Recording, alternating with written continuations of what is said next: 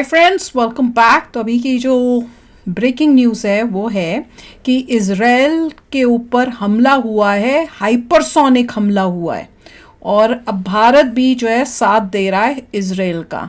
तो चलो यार देखते हैं न्यूज़ क्या डिटेल्स पता करते हैं। वीडियो शुरू करते हैं। वीडियो शुरू करने से पहले अगर आप चैनल पर नए हो और आपने अभी तक सब्सक्राइब नहीं किया तो जल्दी से पहले सब्सक्राइब के बटन और बेल आइकन को क्लिक कर लो ताकि आपको हमारे सारे न्यू वीडियोस के नोटिफिकेशन मिल जाएं जैसे हम अपलोड करें। अगर आपको वीडियो पसंद आता है प्लीज लाइक एंड शेयर। चलिए शुरू करते हैं। सोचिए, एक दिन खबर आती है कि इजराइल पर अचानक से एक हाइपरसोनिक मिसाइल हमला हुआ है। पूरे देश में हलचल मच जाती है। इजराइल, जो अपने डिफेंस के लिए पूरी दुनिया में मशहूर है, इस हमले से थोड़ा विचलित तो होता है, लेकिन फिर भी तुरंत जवाबी कार्रवाई की तैयारी शुरू कर देता है। पूरी दुनिया की निगाहें इस छोटे से देश पर टिकी होती हैं, लेकिन तभी भारत से एक बयान आता है, दोस्त तुम अकेले नहीं हो, हम तुम्हारे साथ हैं। ये सुनते ही इजराइल को मानो एक नई ताकत मिल जाती है। भारत ने साफ कर दिया है कि वह हर हाल में अपने दोस्त का साथ देगा, चाहे वो हथियारों की सप्लाई हो या टेक्नोलॉजिकल सपोर्ट। लेकिन दोस्तों, ये कहानी यहीं खत्म नहीं होती। आइए सोचते हैं, अगर ऐसा हमला और भी बढ़ता है और युद्ध लंबा खिंचता है तो भारत और इजराइल कैसे एक साथ खड़े रहेंगे। भारत ने साफ साफ कह दिया है कि दुनिया कुछ भी कहे, भारत इजराइल को हथियार देना बंद नहीं करेगा, क्योंकि इजराइल सिर्फ एक दोस्त नहीं बल्कि भाई जैसा है। तो दोस्तों, वीडियो में आगे बढ़ने से पहले इजराइल के लिए इस वीडियो को लाइक करते हुए कमेंट बॉक्स में जय हिंद जरूर लिखें। याद रहे, जय हिंद लिखना हमारे लिए गर्व की बात है।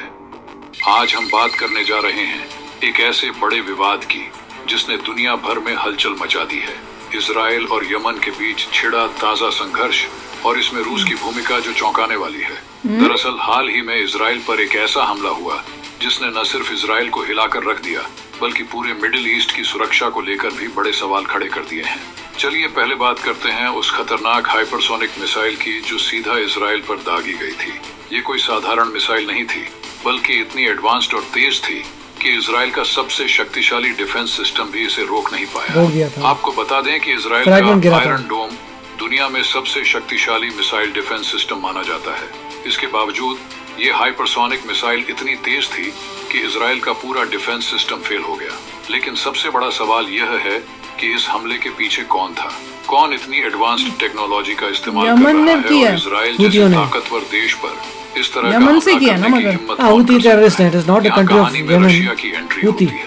जी हाँ, रिपोर्ट्स के मुताबिक रूस ने यमन के हूती विद्रोहियों को हाइपरसोनिक मिसाइलें और एडवांस्ड वेपन्स सप्लाई किए हैं। ये हूती विद्रोही यमन में लगातार सरकार के खिलाफ लड़ रहे हैं और उनका इरादा है इजराइल और अमेरिका जैसे देशों को सीधे चुनौती देना। अब ये हूती विद्रोही इस तरह के एडवांस्ड वेपन्स का इस्तेमाल कर रहे हैं जो अपने आप में कई सवाल खड़े करता है।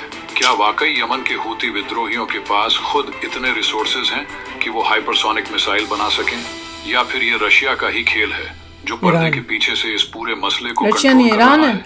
कई अंतर्राष्ट्रीय मीडिया रिपोर्ट्स और विशेषज्ञों का मानना है कि रशिया ने यमन के हूती विद्रोहियों को हाइपरसोनिक मिसाइल दी है ताकि इजराइल और अमेरिका पर दबाव बनाया जा सके। ये रणनीति रूस की एक बड़ी चाल हो सकती है जिससे वो अपने पुराने दुश्मनों को एक नया संदेश देना चाहता है। इस हमले के बाद इजराइल के पास बहुत कम समय बचा है, क्योंकि ये तो सिर्फ एक शुरुआत है। अगर हूती विद्रोही इजराइल पर एक बार हमला कर सकते हैं तो आने वाले समय में और भी हमले होने की आशंका है। इस हमले का सबसे बड़ा निशाना था बेन गुरियन एयरपोर्ट, जो इजराइल का सबसे महत्वपूर्ण एयरपोर्ट है। हूती विद्रोहियों ने इस हाइपरसोनिक मिसाइल को यहाँ दागा और इजराइल को भारी नुकसान हुआ। इजराइल की खुफिया एजेंसियां और मिलिट्री अब इस पूरे मसले पर गंभीरता से काम कर रही हैं। लेकिन सवाल ये है कि क्या आने वाले समय में वो इस तरह के हमलों को रोकने में सक्षम होंगी। अब आप सोच रहे होंगे कि इस पूरे मामले में भारत की क्या भूमिका है। दरअसल भारत और इजराइल के रिश्ते काफी पुराने और गहरे हैं। दोनों देशों के बीच डिफेंस डील्स और टेक्नोलॉजी ट्रांसफर ने भारत को एक बड़ी सैन्य शक्ति बनने में मदद की है।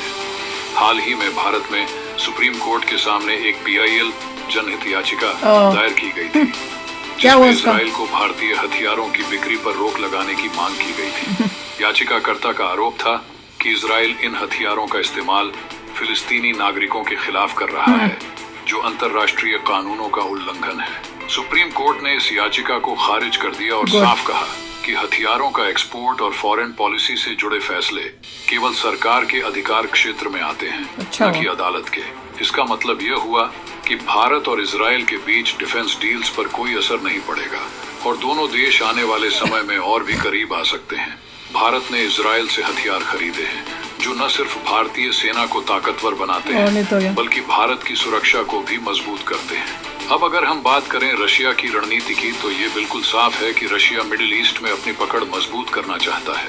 यमन के हूती विद्रोहियों को हाइपरसोनिक मिसाइल देकर रशिया ने अमेरिका और इजराइल को एक कड़ा संदेश दिया है। रशिया इस पूरे खेल में कहीं न कहीं अमेरिका और उसके सहयोगियों को कमजोर करना चाहता है ताकि वो खुद एक बार फिर से वैश्विक शक्ति बन सके। इस पूरे मामले में सबसे दिलचस्प बात यह है कि इजराइल और रशिया के रिश्ते पहले कभी इतने खराब नहीं थे, लेकिन अब हालात बदल रहे हैं और ऐसा लग रहा है कि आने वाले समय में इजराइल और रशिया के बीच टकराव और बढ़ सकता है। अब सवाल यह उठता है कि आने वाले समय में मिडिल ईस्ट की सुरक्षा कैसी होगी। इजराइल के प्रधानमंत्री नेतन्याहू ने साफ कहा है कि उनके पास समय बहुत कम है और उन्हें अपने दुश्मनों से निपटने के लिए और ज्यादा तैयार रहना होगा। इजराइल अब अपनी सुरक्षा रणनीतियों पर पुनर्विचार कर रहा है और हो सकता है कि वो आने वाले समय में यमन या फिर रूस के खिलाफ कोई बड़ा कदम उठाए। भारत के लिए भी ये समय महत्वपूर्ण है क्योंकि भारत और इजराइल के बीच रक्षा सहयोग काफी मजबूत है। अगर मिडिल ईस्ट में संघर्ष बढ़ता है तो इसका असर कहीं न कहीं भारत पर भी पड़ सकता है। तो दोस्तों, इस पूरे मामले में आपकी क्या राय है? क्या आपको लगता है कि रशिया यमन के जरिए इजराइल और अमेरिका को कमजोर करने की कोशिश कर रहा है? भैया मेरे को ये नहीं पता। ये मैंने जो न्यूज़ पढ़ी थी वो ये थी कि हाइपरसोनिक मिसाइल जो है वो इजराइल की तरफ उन्होंने फेंकी है, पर वो जो है वो उस एरिया में जाके गिरी जहाँ पे कुछ भी नहीं था, मतलब बंजर इलाके में ही, इसलिए कोई वो नहीं हुआ। मैंने तो ये न्यूज़ पढ़ी। अब ये नहीं पता चला कि भैया वो ये वही वाली हाइपरसोनिक मिसाइल है कि और भी कोई हाइपरसोनिक मिसाइल है। जो भी उन्होंने मिसाइल फायर की थी वो इंटरसेप्ट होने में समय लगा था।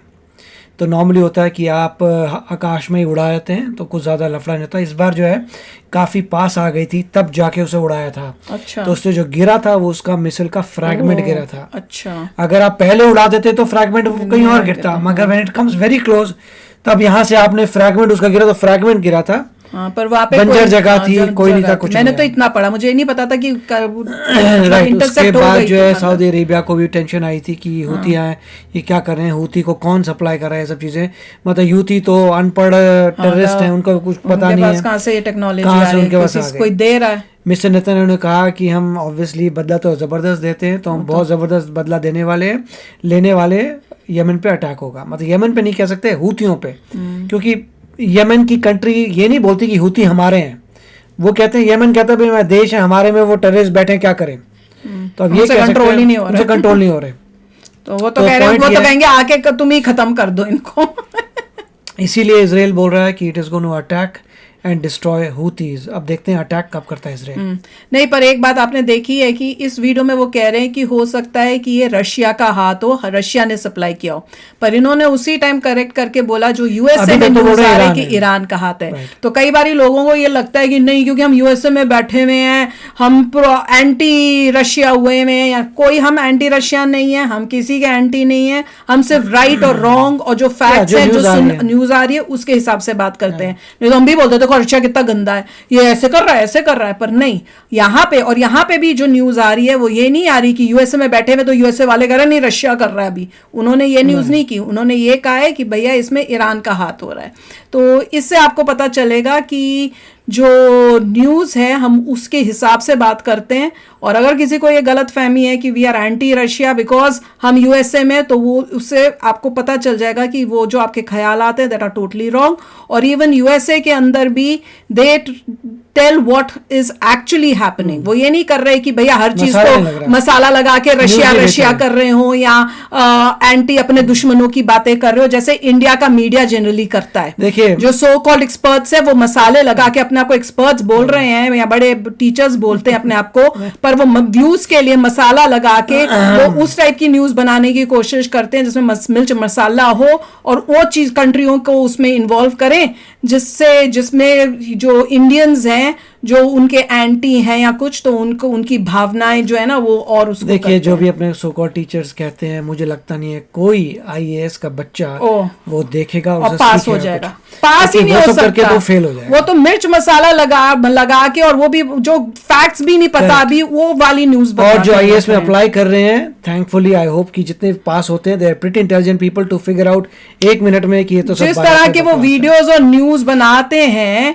उस लेवल की जो इंफॉर्मेशन वो डालते हैं, मिर्च मसाला, और इवन जो न्यूज आती है वो सिर्फ वो होती है जैसे अफवाहें होती है ना, वो अफवाहों को न्यूज बना के बता रहे हैं, which are most of the time जो जिसमें कोई फैक्ट्स बेस नहीं है, उसके क्वेश्चंस ही नहीं आएंगे आईएएस में, वैसे क्वेश्चंस ही नहीं आने वाले। और तुमने अगर उनके थॉट प्रोसेस को यूज करके आईएएस में इसके आंसर्स डाले, completely fail, totally completely fail. But this is basically आप कह सकते हैं वो चीजें जो हैं नॉन आईएएस वालों के लिए एंटरटेनमेंट, हाँ एंटरटेनमेंट के लिए तुम देख सकते हो, पर ये मत सोचो कि बड़ा नॉलेज आ रही है, देखो मजे करो। हाँ मजे के लिए मिर्च मसाले की न्यूज देख लो, वो मतलब न्यूज नहीं, मिर्च मसाले की बातें सुन लो। ये बात उसमें न्यूज तो अब 2-3% न्यूज होगी, बाकी सारा मसाला होगा, मिर्च मसाला होगा।